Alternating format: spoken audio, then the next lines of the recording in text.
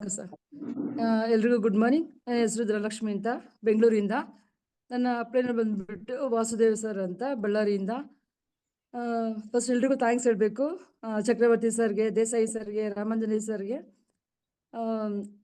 Sir, ನಾನು ಈ product ಒಂದು 3.5-4 ಮಂತ್ಸಿಂದ ನಮ್ಮ ತಾಯಿಗೆ ಕೊಟ್ಟಿದ್ದೆ. ಅವ್ರಿಗೆ ಕ್ಯಾನ್ಸರ್ ಆಗಿತ್ತು, ಫಸ್ಟ್ ಸ್ಟೇಜ್ ಕ್ಯಾನ್ಸರ್ ಅಂತ ಹೇಳಿ ಕಳಿಸಿದ್ರು ಡಾಕ್ಟರ್. ಲಂಗ್ಸು, ಲಿವರು, ಸ್ಟಮಕ್ಕು ಮತ್ತು ಥ್ರೋಟ್ ಇಲ್ಲಿವರೆಗೂ ಸ್ಪ್ರೆಡ್ ಆಗಿ ಅವ್ರಿಗೆ ಏನು ನೀರು ಕೂಡ ಕುಡಿಯೋಕ್ಕಾಗ್ತಾ ಇರಲಿಲ್ಲ.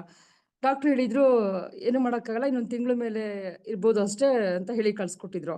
ಈಗ ಕೊಡ್ತಾ ಇದ್ದೀನಿ ಇದನ್ನು. ತುಂಬ ಚೆನ್ನಾಗಿದ್ದಾರೆ. ಮೇನ್ ನಂದು ಸ್ಕಿನ್ನು ಕೂಡ ಪಿಗ್ಮೆಂಟೇಷನ್ ಆಗಿತ್ತು. ಅದು ತುಂಬ ಈಗ ಸ್ಕಿನ್ದು ತೊಗೊಳಕ್ಕೆ ಸ್ಟಾರ್ಟ್ ಮಾಡಿ ತುಂಬ ಚೆನ್ನಾಗಿ ರಿಸಲ್ಟ್ ಬರ್ತಾ ಇದೆ. ಇದ್ರ ಬಗ್ಗೆ 1-2 ಅಂತ ಹೇಳೋಕ್ಕಾಗಲ್ಲ ಸರ್, ತುಂಬ ಚೆನ್ನಾಗಿ ರಿಸಲ್ಟ್ ಬರ್ತಾ ಇದೆ. ತುಂಬ ಜನ ಪೇಷಂಟ್ಗಳಿಗೂ ಕೂಡ ಕೊಡ್ತಾ ಇದ್ದೀನಿ. ನಾನು ಯೋಗ ಟೀಚರು. ನನಗೆ ತುಂಬ ಲಿಗಮೆಂಟ್ ಒಂದ್ಸಲ ಆಕ್ಸಿಡೆಂಟ್ ಆಗ್ಬಿಟ್ಟು ಲಿಗಮೆಂಟ್ ಟೈರ್ ಆಗಿ ಕೆಲವೊಂದು ಆಸನಾಸ್ ಮಾಡೋಕ್ಕಾಗ್ತಿರ್ಲಿಲ್ಲ. ಲಾಸ್ಟ್ ಇಯರ್ ಕಾಂಪಿಟೇಷನ್ ಕೂಡ ಕ್ಯಾನ್ಸಲ್ ಆಗಿತ್ತು. ಈ ಸರಿ ಮತ್ತೆ ಪಾರ್ಟಿಸಿಪೇಟ್ ಮಾಡ್ತಾ ಇದ್ದೀನಿ. ಮಾರ್ಚ್ಗಿದೆ, ಅದಕ್ಕೂ ಕೂಡ ಹೋಗ್ತಾ ಇದ್ದೀನಿ ಸರ್. ಮತ್ತೆ ಮೇನ್ ಬೆಂಗಳೂರಿನಲ್ಲಿ ಒಂದು ಮೀಟಿಂಗ್ ಇತ್ತು. ಅಲ್ಲಿ ಅದ್ರ ಬಗ್ಗೆ ವಿಷಯಗಳು ತುಂಬಾ ಪ್ರೊಸೆಸರ್ಗೆ ಫಸ್ಟ್ ಥ್ಯಾಂಕ್ಸ್ ಹೇಳ್ಬೇಕು. ಇದ್ರ ಬಗ್ಗೆ ಎಷ್ಟು ಗೊತ್ತಾ ಇದ್ದೀನಿ. ತುಂಬಾ ಚೆನ್ನಾಗಿದೆ ಸರ್. ಹಲೋ, ಎಸ್ ಮೇಡಮ್, ಮಾತಾಡ್ಬೋದು. ಹಾ ಸರ್. ಅಮ್ಮ ಈಗ ಅಮ್ಮ ತುಂಬಾ ಅಂದ್ರೆ ತುಂಬಾ ಚೆನ್ನಾಗಿದ್ದಾರೆ. ನಾ ಹೊರಗಡೆ ಆಕ್ಚುಲಿ ಈಗ ಹೊರಗಡೆ ಬಂದಿದ್ದೀನಿ, ನಾನು ಏನೋ ಫಂಕ್ಷನ್ ಮೇಲೆ. ಆದ್ರೂ ಕೂಡ ಮಾತಾಡಬೇಕಂತ ವೇಟ್ ಮಾಡ್ತಾ ಇದ್ದೆ ಸರ್. ಆರಾಮಾಗಿದ್ದಾರೆ ಸರ್, ಈಗ ಚೆನ್ನಾಗಿ ತಿಂತಾ ಇದ್ದಾರೆ. ಮೇನ್ ನಿದ್ದೆ ಇರಲಿಲ್ಲ, ಊಟ ಮಾಡ್ತಾ ಇರಲಿಲ್ಲ, ವಾಂತಿ ಆಗ್ತಾ ಇತ್ತು, ಕಾನ್ಸ್ಟಿಪೇಷನ್ ಇರ್ತಿತ್ತು. ಅವರು ನನಗೆ ತುಂಬಾ ಇದಾಗಿ ಹೇಳ್ತಿದ್ರು, ನಂಗೆ ಬದುಕೋಕೆ ಆಗ್ತಾ ಇಲ್ಲ, ಏನೋ ಪಾಯ್ಸನ್ ಕೊಟ್ಬಿಡು ನನಗೆ ಅನ್ನೋ ಲೆವೆಲ್ವರೆಗೂ ಮಾತಾಡ್ತಾ ಇದ್ರು ಅವರು. ಇವಾಗ ಆರಾಮಾಗಿ ತಿನ್ಕೊಂಡು ಅವರೇ ಮನೆ ಮೇಂಟೈನ್ ಮಾಡ್ತಾ ಇದ್ದಾರೆ. ನಾನು ಹೊರಗಡೆ ಬಂದಿದ್ದೀನಿ ಇವಾಗ. ಅವರೇ ಅಡುಗೆನೂ ಮಾಡೋದು, ಮನೆ ಫುಲ್ ಮೇಂಟೆನೆನ್ಸ್ ಅವ್ರದ್ದೇ ಆಗಿದೆ ಸರ್ ಇವಾಗ. ಎಸ್ ಮೇಡಮ್, ಎಸ್ ಮೇಡಮ್, ಎಷ್ಟು ದೊಡ್ಡ ಇದು ಸಿಂಪಲ್ ಆಗಿ ಹೇಳ್ಬಿಟ್ಟಿದ್ದೀರಾ. Very great madam, good good good. Okay ಅಂಡಿ. ಮೇಡಮ್ ಧನಲಕ್ಷ್ಮಿ, ಹೇಳಿ madam. Yes sir, yes sir, ಹೇಳಿ ಸರ್. ಇಲ್ಲ ಸರ್, ಇದ್ರ ಬಗ್ಗೆ ವಾಯ್ಸ್ ಬ್ರೇಕಿಂಗ್ ಬರ್ತಾ ಇದೆ ಮೇಡಮ್. ಆಚೆ ಬಂದ್ಬಿಟ್ಟು ನಮ್ಗೆ ಎಷ್ಟೇ ಮಕ್ಳಿದ್ರು, ಗಂಡ ಯಾರೇ ಅಪ್ಪ ಸ್ವಲ್ಪ ಆಚೆಗೆ ಬನ್ನಿ ಮೇಡಮ್. ಎಸ್, ಸ್ವಲ್ಪ ಆಚೆಗೆ ಬನ್ನಿ.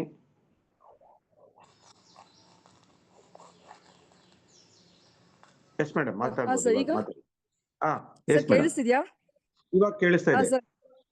ನಮ್ಗೆ ಎಷ್ಟೇ ಮಕ್ಳಿದ್ರು, ಗಂಡ ಯಾರೇ ಇದ್ರು, ಅಪ್ಪ ಅಮ್ಮನ ಜಾಗನ ಯಾರು ತುಂಬಕ್ಕಾಗಲ್ಲ ಸರ್. ನಿಜ, ನಂಗೆ ತುಂಬಾ ಸಂತೋಷ ಆಗ್ತಿದೆ. ಈ ಕ್ಯೂರ್ಸಲಿಂದ ನಮ್ಮ ತಾಯಿ ಜೀವ ಉಳಿತು, ನಾವೆಲ್ಲರೂ ಹ್ಯಾಪಿ ಆಗಿದ್ದೀವಿ.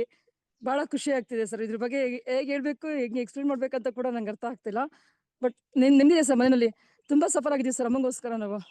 ಅವ್ರಿಗೆ ಒಂದೇ ಸಲ ನೆಮ್ಮದಿ, ಈಗ ಜೀವ ಹೋಗ್ಲಿಂದ್ರೂ ಹೋಗ್ತಾ ಇರ್ಲಿಲ್ಲ, ಅಥವಾ ಬದುಕೋಕ್ಕೂ ಏನು ಬೇರೆ ಆಪ್ಷನ್ ಇರ್ಲಿಲ್ಲ. ತುಂಬಾ ಚೆನ್ನಾಗಿದೆ, ಕೊಡ್ತಾ ಇದ್ದೀನಿ. ತುಂಬಾ ಖುಷಿ ಇದ್ದಾರೆ. ನಾ ಹೊರಗಡೆ ಬಂದಿದ್ದೀನಿ ಸರ್, ಇಲ್ಲಾಂದ್ರೆ ಅಮ್ಮನ್ ತೋರಿಸ್ತಾ ಇದ್ದೆ ನಾನು ವಿಡಿಯೋದಲ್ಲಿ. ಈಗ ನಾ ಹೊರಗಡೆ ಬಂದಿದ್ದೀನಿ ಸರ್. ಎಸ್ ಎಸ್ ಮೇಡಮ್, ಪರವಾಗಿಲ್ಲ. ನೀವು ಒಂದ್ಸತಿ ಒಂದು ಅಮ್ಮನ್ ತೋರಿಸ್ತಾ ಒಂದು ವಿಡಿಯೋ ಮಾಡಿಸಿ ಎಲ್ಲರಿಗೂ ಕೊಟ್ರೆ ಅದು ಎಲ್ಲರಿಗೂ ಉಪಯೋಗ ಆಗತ್ತೆ ಮೇಡಮ್. ಮಾಡಿದ್ದೀನಿ ಸರ್. ಆ ವಿಡಿಯೋ ಮಾಡಿ ನನ್ನ ಫ್ರೆಂಡ್ ಗ್ರೂಪ್ ಹಾಕಿದಾಗ ಅದು ಬೈ ಮಿಸ್ಟೇಕ್ ಆಗಿ ಇನ್ಸ್ಟಾಗ್ರಾಮ್ಗೆ ವೈರಲ್ ಆಗಿ ಈಗ ತುಂಬಾ ಜನ ಅದನ್ನ ಕೇಳ್ಕೊಂಡ್ ಬರ್ತಾ ಇದಾರೆ ಸರ್. ಪರವಾಗಿಲ್ಲ, ಮತ್ತೆ ನಮ್ಗೂ ಮಾಡ್ಬೋದು. Okay madam, thank you so much. Okay madam, Dhanalakshmi గారు ఫ్రమ్ బెంగళూరు నుంచి అండి. మేడం కన్నడలో చెప్పిన విషయం ఏంటంటే వాళ్ళ మదర్ కి ఒక క్యాన్సర్ వ్యాధి నుంచి ఆమె చాలా ఇబ్బంది పడుతున్నారు అన్నట్టు చెప్పారు. అదేంటంటే మొదట లంగ్స్ నుంచి అన్ని ఒక్కొక్కటి చేరుతూ నోటి వరకు కూడా థ్రోట్ క్యాన్సర్ కూడా అయిపోయింది అన్నట్టు చెప్పారు. ప్రోస్టేట్ క్యాన్సర్ అన్నట్టు చెప్పారు మేడము.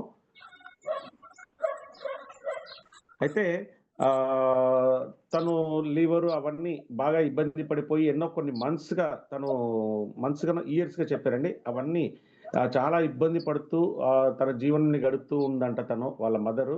అలాంటిది మన క్యూర్ సెల్ వాడిన తర్వాత తను దాని నుంచి ఉపశమనం పొంది, అంటే అంత క్యూర్ అయిపోయి ఇప్పుడు చాలా చక్కటి జీవనం సాగిస్తున్నారు.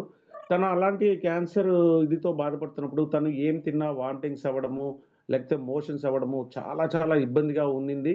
తను అవన్నీ భరించలేక నాకు వీలైతే నాకు పాయిజన్ ఇచ్చేసి చంపేయండి అన్నంత స్టేజ్‌కి కూడా మాట్లాడేదంట.